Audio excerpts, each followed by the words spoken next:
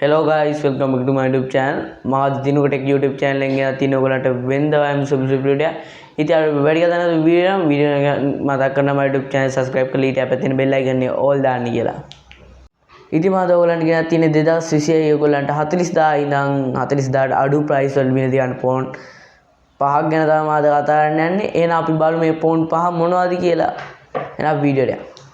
ඉතින් මම පළවෙනි තෝරගත්ත ෆෝන් එක තමයි Intel ලගේ A50C කියන ෆෝන් එක. මේක 2GB RAM එකක් 32GB storage 8 megapixel back cam එකක් milliampere 4000ක battery capacity එකක් වගේම මේක ඕගොල්ලන්ට ශ්‍රී ලංකාවේ රුපියල් 20000ක මුදලක මිලදී ගන්න පුළුවන්. ඉතින් මම ඊගාවට තෝරගත්ත ෆෝන් එක තමයි Redmi A5 කියන ෆෝන් එක. මේකේ අඟල් 6.65ක ඩිස්ප්ලේ එකක් තියෙනවා. මේක 3GB RAM එකක් තියෙනවා. 64GB storage එක මේක 32 megapixel back cam එකක් ඇතුළත් වෙනවා. තව මේ ෆෝන් එකේ 5200ක battery capacity එකක් තියෙනවා. මේක ඔයගලන්ට ශ්‍රී ලංකාවේ රුපියල් 25000ක මුදලකට මිලදී ගන්න පුළුවන්. ඉතින් මම ඊගාට තෝරගත්ත ෆෝන් එක තමයි මේ Realme Note 60X කියන ෆෝන් එක. මේකේ ඩිස්ප්ලේ එක 6 අඟල් 6.4ක ඩිස්ප්ලේ එකක් තියෙනවා. මේකේ 4GB RAM එකක් වගේම 64GB storage memory එකකුත් ඇතුළත් වෙනවා. මේකේ battery capacity එක milliampere 6000ක battery මේක රුපියල් ඕගලන්ට ශ්‍රී ලංකාවේ රුපියල් 30000ක මුදලකට මිලදී ගන්න පුළුවන්. එහෙනම් අපි ඊළඟ ෆෝන් එකට ගිහිලා සෙට් වෙමු.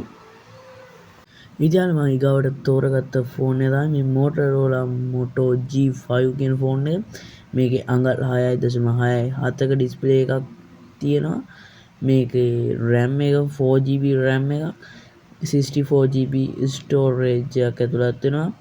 මේකේ battery capacity එක 5200ක් milliampere.